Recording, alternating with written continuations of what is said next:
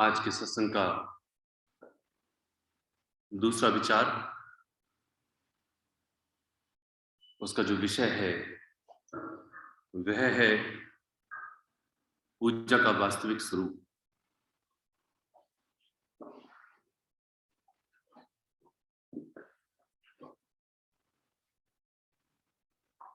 ये विषय दास संगत के सम्मुख स्वयं रख रहा है, कृपया ध्यान से सुने।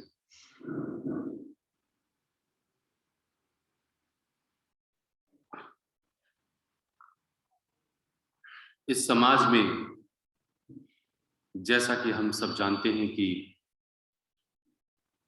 एक ईश्वर को मानने वाले होते हैं, एक ईश्वर को ना मानने वाले होते हैं। जो ईश्वर को नहीं मानते, उनकी बात ना करते हुए जो ईश्वर को मानते हैं उनकी बात यदि हम करें, यानी कि सभी आस्तिक लोग पूजा कर रहे हैं अपने अपने हिसाब से, अपनी अपनी बुद्धि से, समझ से, जैसी भी वो पूजा कर रहे हैं, वो उनकी पूजा हर स्थिति में उनके लिए ठीक है, उनकी एक समझ है। जैसे कोई यज्ञ करके अपनी पूजा करता है, अनुष्ठान कर रहा है, आहुति देते हैं, ओम भूर्भुवः स्वः तत्सवितुर्वरेण्यं भर्गो देवस्य धीमहि धियो न प्रचोदयात् स्वाहा। ये जो यज्ञ हो रहा है, स्वाहा हो रहा है, ऐसे ही वो अपनी पूजा, अपना पाठ कर रहा है। कोई व्रत अनुष्ठान व्रत करता है, जैसे 16 सोमवार के व्रत हैं, कोई बृहस्पति का व्रत है, इस तरह से कोई मंगलवार का व्रत है। जो आस्तिक लोग हैं वो व्रत करके भी पूजा करते हैं। आपने देखा होगा कि समाज में कितने जागरण हो रहे हैं। जागरण में आस्था होती है, रात भर जगते हैं, कीर्तन होता है, वह भी एक पूजा है। बहुत से समाज में आपने देखे होंगे कथाएं होती हैं, भागवत होती है, यानी हर कोई अपनी अपनी समझ करके वो पूजा कर रहा है। ये बात केवल सनातन धर्म में ही नहीं बल्कि और भी धर्मों में, इस्लाम धर्म को देखें, जैन धर्म को देखें, बौद्ध धर्म को देखें, हर एक धर्म में जैसी जैसी जिसकी समझ होती है वह पूजा कर रहा है। लेकिन सही और वास्तविक जो पूजा का स्वरूप है, हम यदि शास्त्र के आधार पर देखें तो आज इसका विवेचन और इसका अवलोकन जरूर करें कि शास्त्र क्या कह रहे हैं और हम क्या कर रहे हैं। इसकी एक छोटी सी बात यहां पर शुरू करते हैं कि वर्तमान पूजा का जो स्वरूप है वो क्या है। आज जो वर्तमान पूजा का स्वरूप है उसको अगर सरल शब्दों में एक लाइन में कहें तो हम कहते हैं, जो इच्छाएं मेरे प्रयास से पूरी नहीं होती, जो इच्छाएं मेरे प्रयास से पूरी नहीं होती, मैं ये चाहता हूं कि मेरी पूजा से वह इच्छा पूरी हो जाए। यानी जो पूजा मैं कर रहा हूं वह पूजा मुझे उस वस्तु की प्राप्ति करा दे, मेरी वो इच्छा पूरी करा दे जो इच्छा मेरी अपने प्रयास से, अपने प्रयत्न से पूरी नहीं हो पाई। ये मेरी एक पूजा का सबसे पहला स्वरूप है और यही यत्न, यही प्रयत्न मैं दिन और रात पूजा के हर कृत्य में करने की कोशिश करता हूं। और इसके कई सारी इच्छाएं जो हर एक मनुष्य के अंदर होती हैं। मेरा बिजनेस और बड़ा हो जाए, ये एक इच्छा होती है।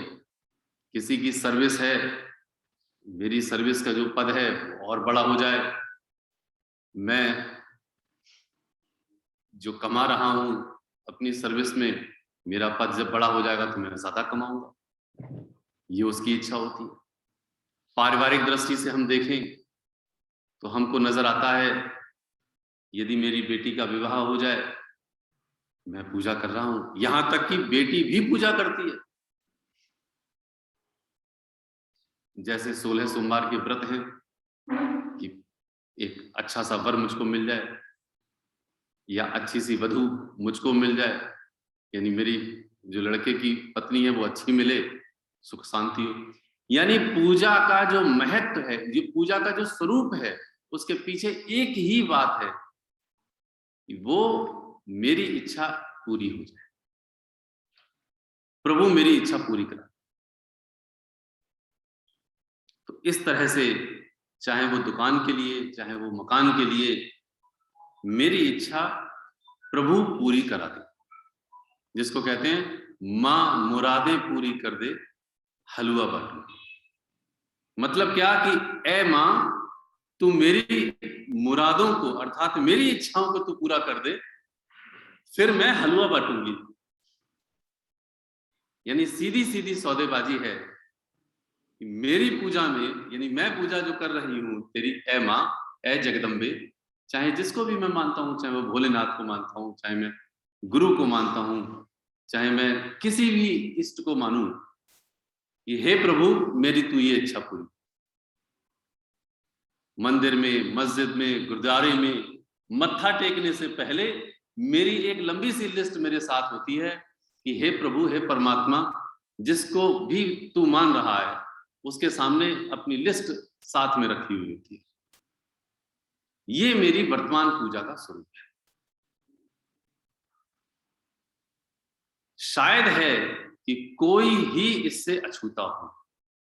यहां पर जितने भी सुन रहे हैं, यदि उनके मन में पूजा करने से पूर्व उनकी कोई इच्छा नहीं है, तो वास्तविकता यह है कि उन्होंने शास्त्र को जाना है। इसका एक आकलन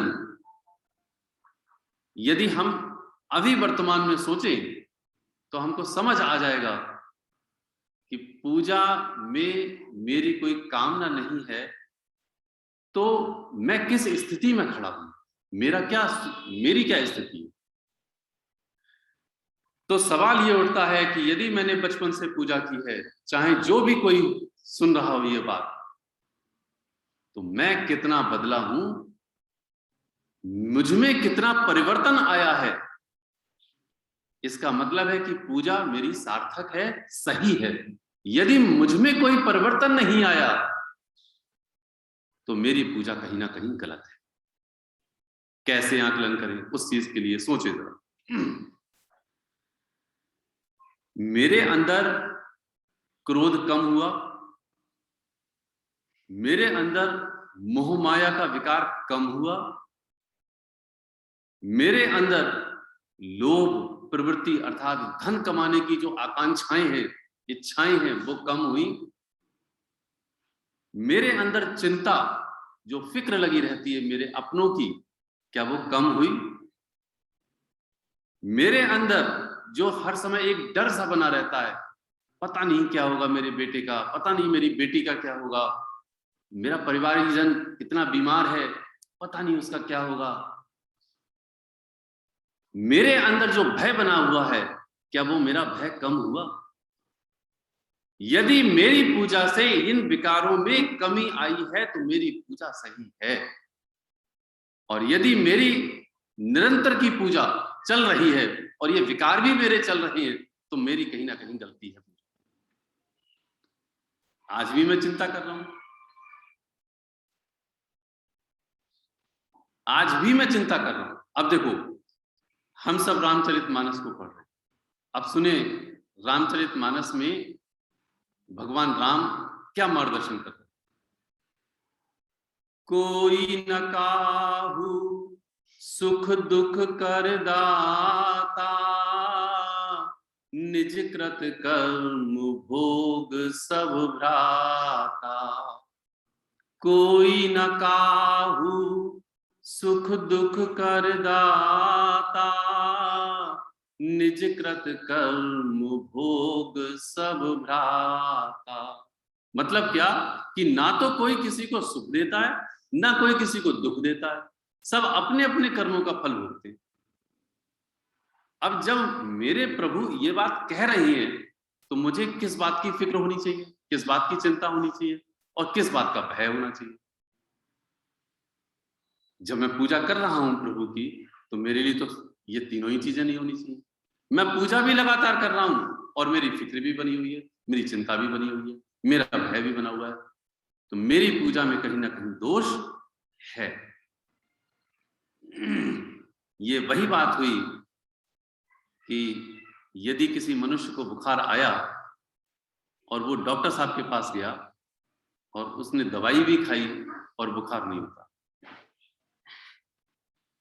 जब दवाई खा रहा है वो और बुखार भी नहीं उतर रहा, तो इसका मतलब है कि दवाई में कहीं ना कहीं गलती है, या फिर दवाई खा रहा है परंतु परहेज नहीं कर रहा, तो वहां गलती है उसकी। और तीसरी गलत बात शायद ऐसी है कि जो डॉक्टर ने दवाई दी है वो गलत हो। अब हमारे साथ क्या है, हमारे गुरु सद्गुरुदेव महात्मा मंगत राम जी महाराज यदि यहां पर बैठे हैं, जो भी यदि किसी का और भी कोई पूर्ण गुरु हो, दास पूर्ण गुरु की बात कर रहा है, गुरु नानक साहब पूर्ण गुरु हैं, महर्षि रमन, स्वामी रामकृष्ण परमहंस, या कोई अर्थात प्रभु को अपना गुरु मानता है, यानी राम कृष्ण, इनको भी गुरु मानता है। यानी कि गुरु यदि पूर्ण हैं और उनकी दवाई इसका मतलब पूर्ण होगी, यानी ठीक होगी, तो कहीं ना कहीं मेरे जपने में, मेरे ईश्वर की उपासना में गलती है। इसलिए मुझे इस बात का विचार करना चाहिए। इसलिए दास ने इस बात को रखने की कोशिश की कि मेरी पूजा का जो स्वरूप है वो मेरी पूजा का स्वरूप कहीं बिगड़ा हुआ तो नहीं। यदि मेरी पूजा का स्वरूप बिगड़ा हुआ है तो मुझे इस बात का विचार हर हालत में करना चाहिए। इसलिए आज इस विषय को रखा गया है कि पूजा का सही स्वरूप क्या है, हम इस बात को समझें। हम ग्रंथ श्री समता विलास से एक वचन को समझने की कोशिश करते हैं कि पूजा आखिर क्यों करनी चाहिए। सुनिए, ये ग्रंथ श्री समता विलास में पेज नंबर 149 पर 38वां वचन है। महाराज जी कहते हैं, कर्मों के फल भोगने में धीरजवान रहने की खातिर एक ईश्वर की पूजा लाजमी है। कर्मों के फल भोगने में धीरजवान रहने की खातिर एक ईश्वर की पूजा लाजमी है। यानी कि जिस की हम पूजा कर रहे हैं उस पूजा का फल यह है कि जो फल मुझको मिल रहा है उस फल में मैं धीरजवान अर्थात धैर्य धारण करूं। ये एक सीधी सी बात गुरु ने हमको सिखाई।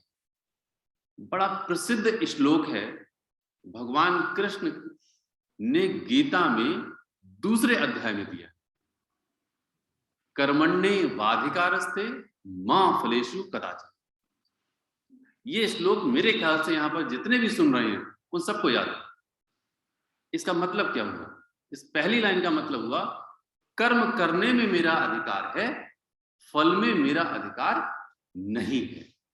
यही बात ग्रंथ श्री समता विलास में इस वचन में कही गई कि कर्मों के फल भोगने में धीरजवान रहने की खातिर एक ईश्वर की पूजा लाजमी। इसका मतलब है कि जिस पूजा को मैं कर रहा हूं उस पूजा का फल यह है कि जो कर्मों का फल मुझे मिल रहा है उस फल में मेरा अधिकार नहीं है, मैं उसे धैर्य धारण करके सहन करूं। अब जरा विचार करके देखें कि जो फल मुझको मिल रहा है उस फल को मैं धैर्य धारण करके क्या मैं सहन कर रहा हूं? यदि मुझे लाभ होता है तो मैं सोचता हूं मैंने लाभ कमाया, मुझे नुकसान होता है तो सरकार की वजह से नुकसान हो गया, मेरी बीवी की वजह से नुकसान हो गया। मैं जब भी मुझे नुकसान होता है मैं दूसरे पर दोषारोपण कर देता हूं। इसका मतलब क्या हुआ? कर्म का फल मेरे अधीन है या प्रभु के अधीन है?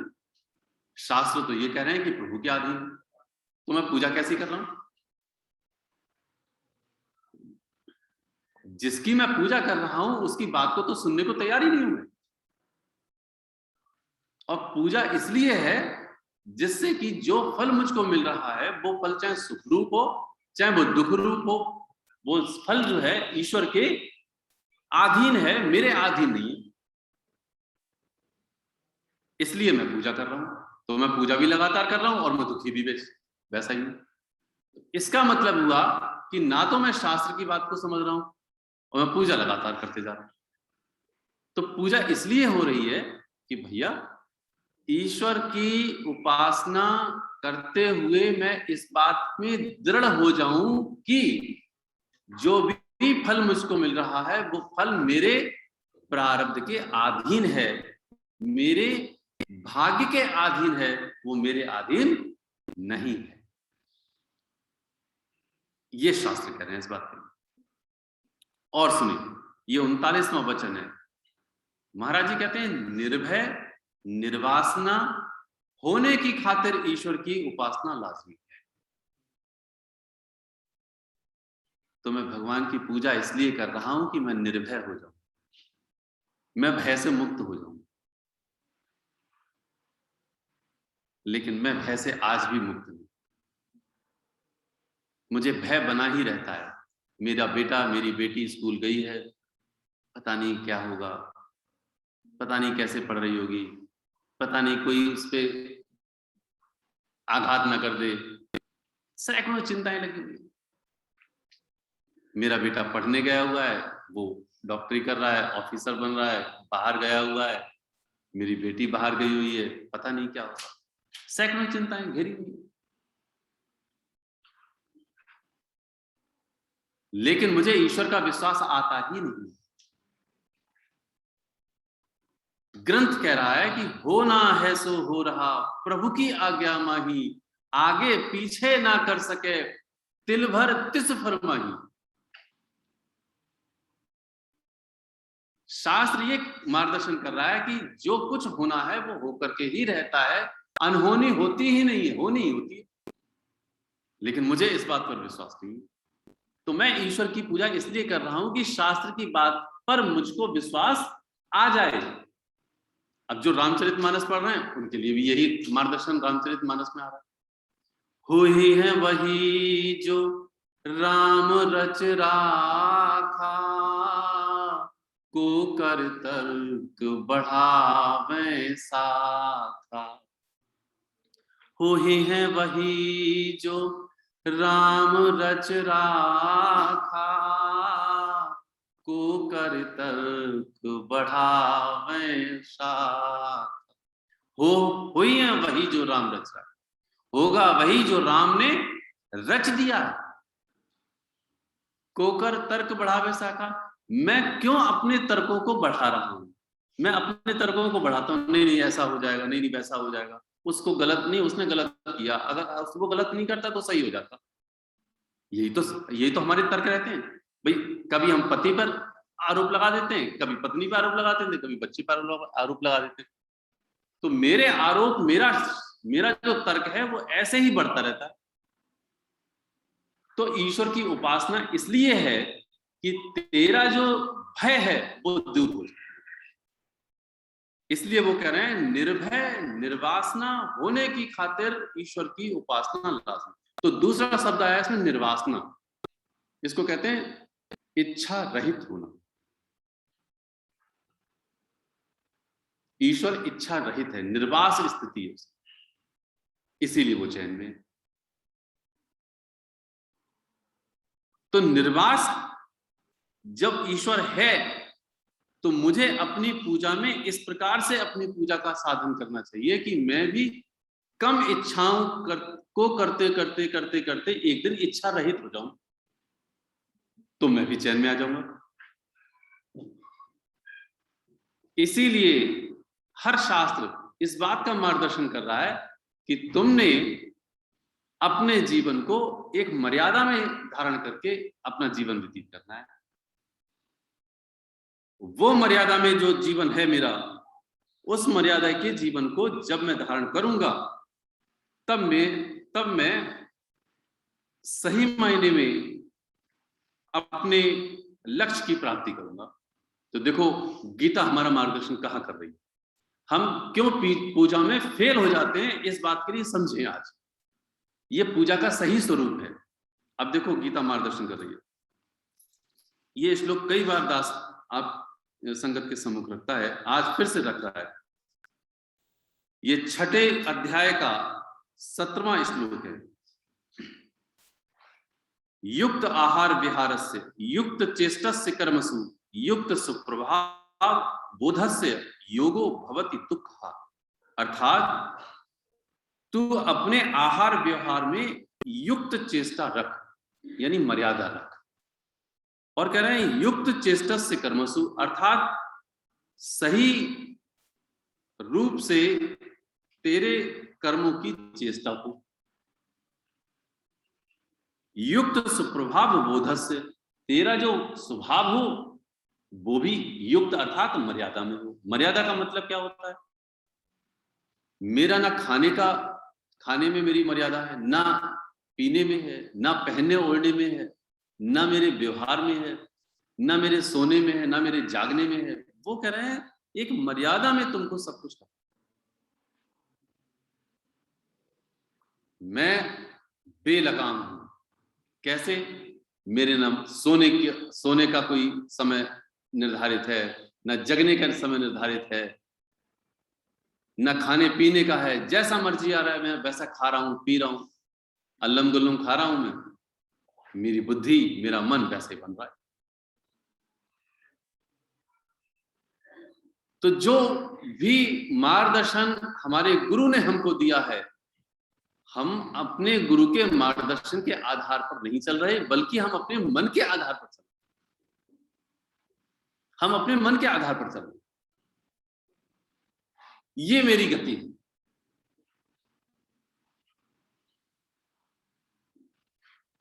इसलिए गुरु ने हमको 5 नियमों में बांधने की कोशिश करी। कौन से नियमों में? पहला नियम सादगी का दिया, फिर सत्य दिया, सेवा, सत्संग और सत्सिमरन। इन नियमों में इसलिए बांधा कि हम सादगी में आकर के अपने जीवन में सादा अपनी दिनचर्या को लेकर के आए। सादा लावन, सादा खावन, सादा वचन विलास। तो मैं सादा खाऊं, सादा पीऊं, सादा पहनूं, सादा ओढ़ूं और सादे ही वचन में बोलूं। मेरी जो भाषा है वो मेरी इतनी बेलगाम है कि मैं बोलने से पहले यही नहीं सोचता कि दूसरे के दिल को कितना आघात लगेगा।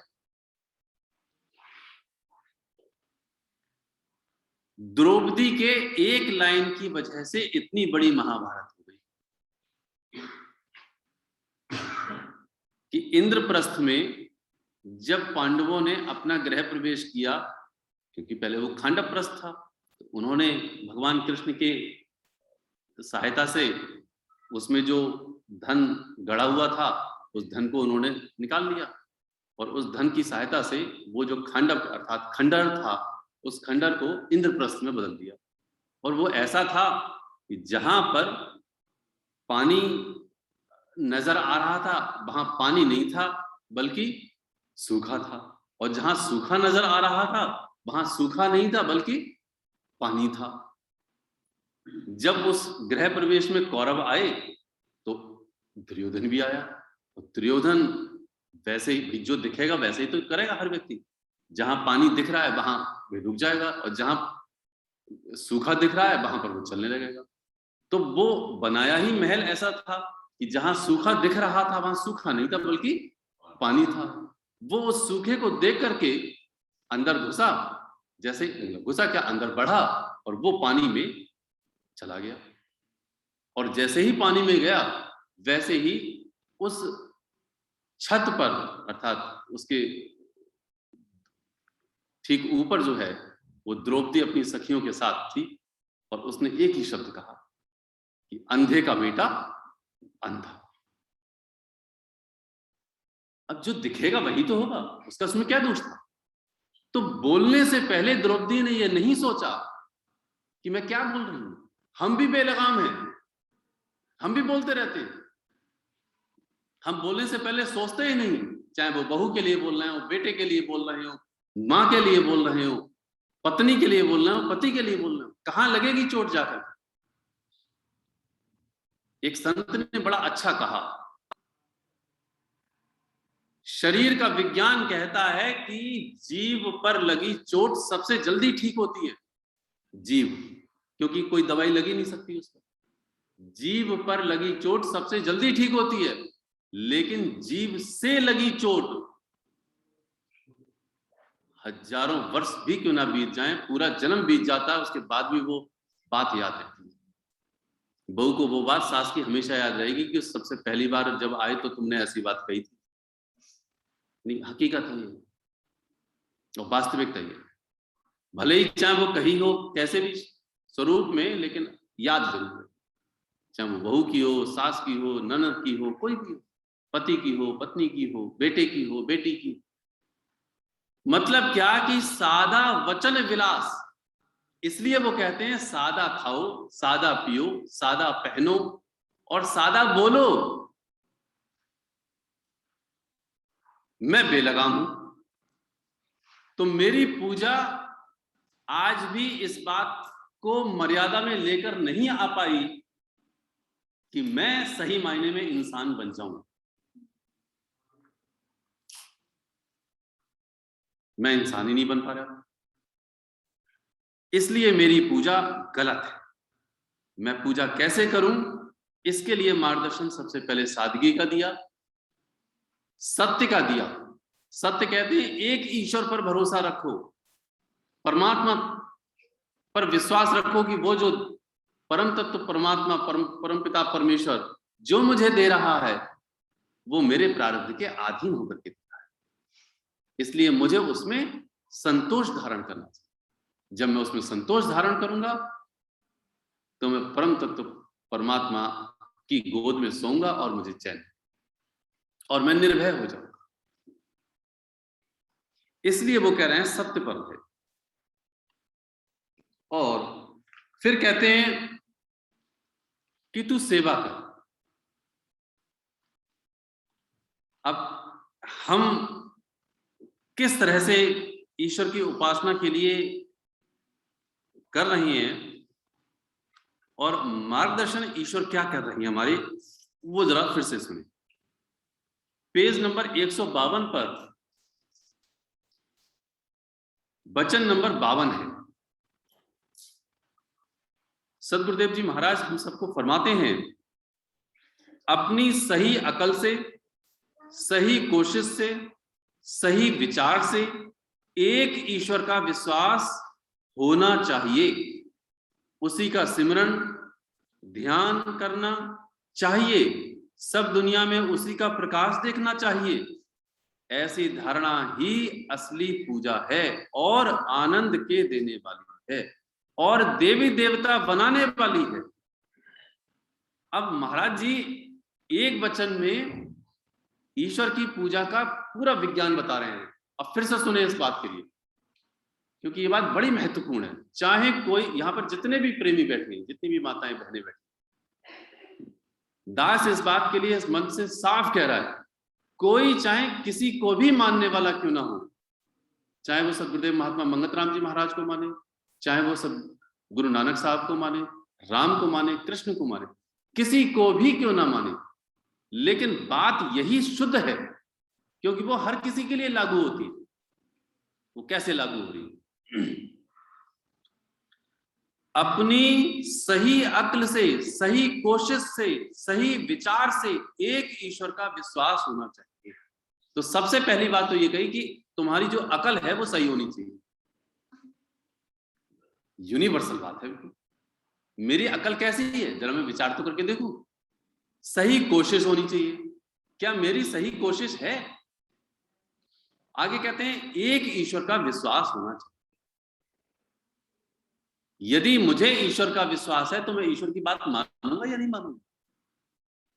ये तो एक वैसा उदाहरण है जिसको दास बार बार कहता है कि एक बेटा अपने पिता के लिए बहुत मानता है, वो पैर छूता है, लेकिन पिता कहता है कि बेटा जाकर के जरा पढ़ाई कर लो या जाकर के दुकान से चीनी ले आओ, वो पढ़ता नहीं है। तो क्या वो पुत्र, क्या वो अपने पिता को मानता है? क्या कहां मानता है? आपका ही पुत्र आपकी बात ना माने, चाहे माता की, चाहे पिता की, चाहे बाबा की, तो क्या वो आपको मानता है? आप पर विश्वास है उसको? कोई विश्वास नहीं। आप कहोगे ऐसे पैर छूने से क्या फायदा? बाबा साहब के मत्था टेक रहे हैं, हम मत्था रगड़ रहे हैं, लेकिन बाबा साहब की बात को नहीं मान रहे। राम के मत्था टेक रहे हैं, राम की बात नहीं मान रहे। कृष्ण की मत्था टेक रहे हैं, कृष्ण की बात नहीं मान रहे। ऐसे मानने से क्या फायदा? जरा विचार तो करके देखो। जो ईश्वर कह रहा है उनकी बात को ही नहीं मान रहे हम, तो मत्था टेकने से फायदा क्या है?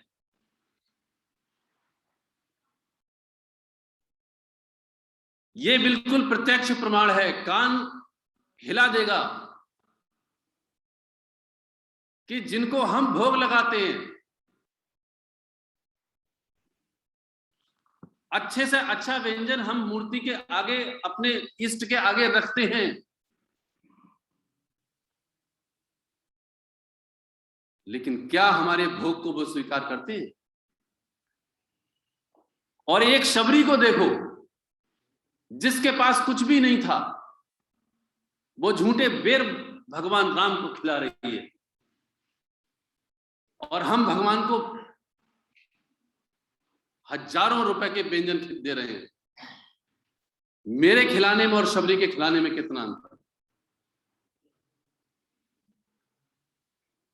क्या है मेरी पूजा? मेरी पूजा का कहां क्या स्वरूप है? जरा विचार तो करके देखें। तो फर्क है, बहुत बड़ा जमीन और आसमान का फर्क है। इस फर्क को महसूस करें। इसलिए शबरी की पूजा में और मेरी पूजा में जमीन आसमान का फर्क है। मुझे ऐसी पूजा करनी चाहिए कि राम आ जाए मेरे द्वार, कृष्ण आए मेरे द्वार, वरना कृष्ण विदुरानी के केले खाने नहीं जाते, साग खाने नहीं जाते, दुर्योधन के 56 भोग खाने जाते। मेरी भक्ति में, मेरी पूजा में इतनी कशिश होनी चाहिए, इतनी आर्द्रता होनी चाहिए कि मेरे प्रभु मेरे उस भोग को लगा लें जो मैं रूखी से खा रहा हूं, और चाहे मैं कितने भी व्यंजन खा रहा हूं। यदि मेरी पूजा में इतनी आर्द्रता नहीं है, इतनी प्रार्थना नहीं है, तो इसका मतलब है कि मेरी पूजा में कहीं कमी है। मैं ऐसी पूजा करूं कि जब मैं पूजा करने बैठूं तो मेरी आंखों से आंसू बहें कि हे प्रभु, हे परमात्मा, मेरे दुख को दूर कर। तू जो कह रहा है, तेरी हर बात मुझको समझ में आए। उसको कहते हैं नानक साहब, तेरा भाना मीठा लागे।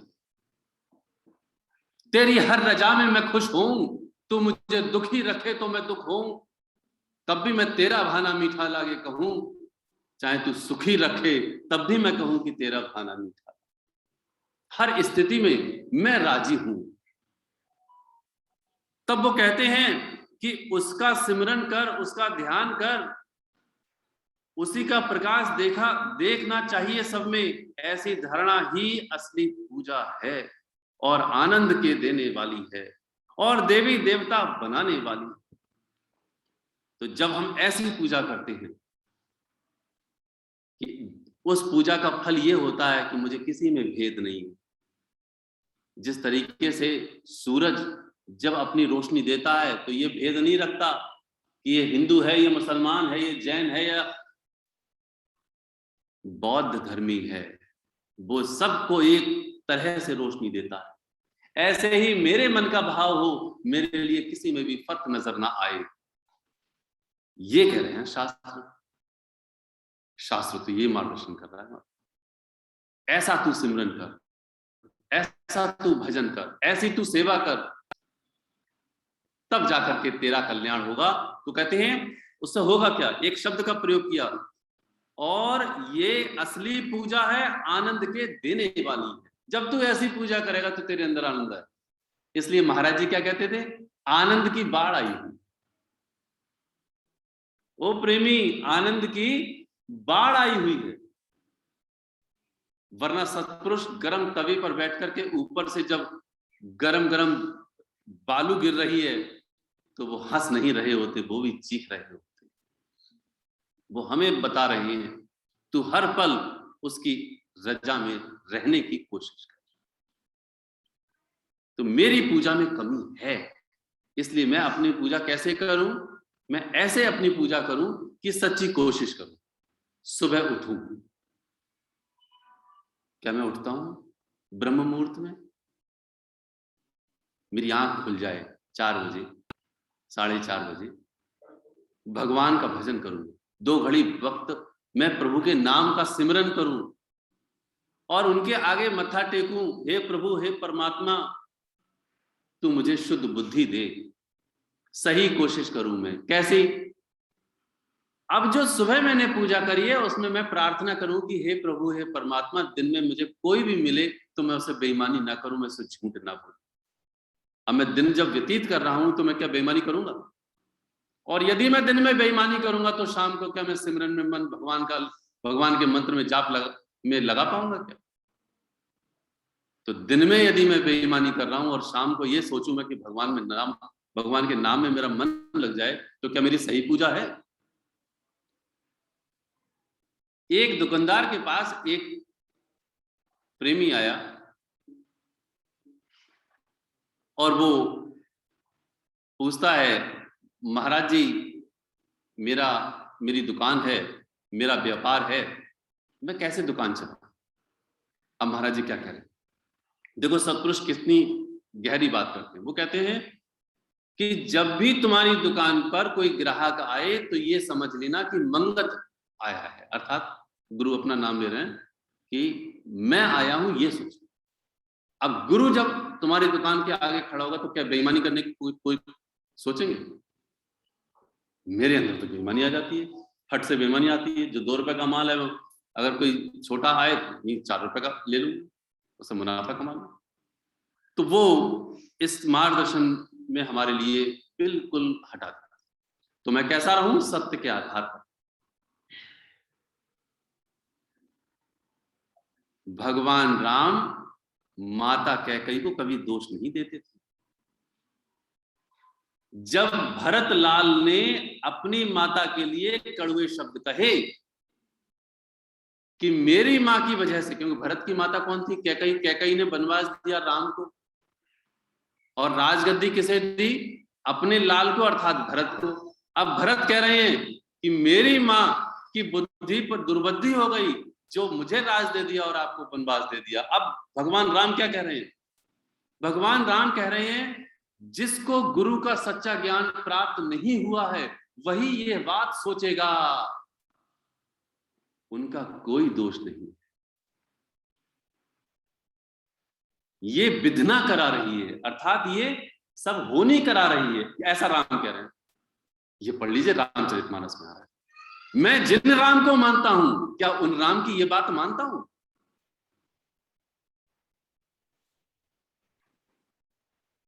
इसलिए किसी का कोई दोष नहीं है, ये सब विधि का विधान है, ये सब होनी चल रही होती है। जब हम ऐसा विश्वास करते हुए सुबह और शाम प्रभु की पूजा करते हैं, उपासना करते हैं, वो मेरी सच्ची पूजा है। तब वो कह रहे हैं इस बात के लिए कि एक ईश्वर का विश्वास होना चाहिए, उसी का सिमरण ध्यान करना चाहिए, सब दुनिया में उसी का प्रकाश देखना चाहिए। ऐसी धारणा ही असली पूजा है और आनंद के देने वाली है, देवी देवता बनाने। तो ऐसी पूजा को हम करें, इस बात को समझें गहराई से, और मेरे अंदर कहाँ कमी है, इस कमी का अवलोकन करें, अपने विकारों को कम करने की कोशिश करें। कम करते-करते मैं विकार रहित हो जाऊँगा, वासना रहित हो जाऊँगा और ईश्वर की उपासना मेरी सही हो जाएगी और मैं ईश्वर में समा जाऊँगा। मैं बेचैनी से दूर होकर के निर्भय पद को प्राप्त, भय नहीं रहेगा मुझे।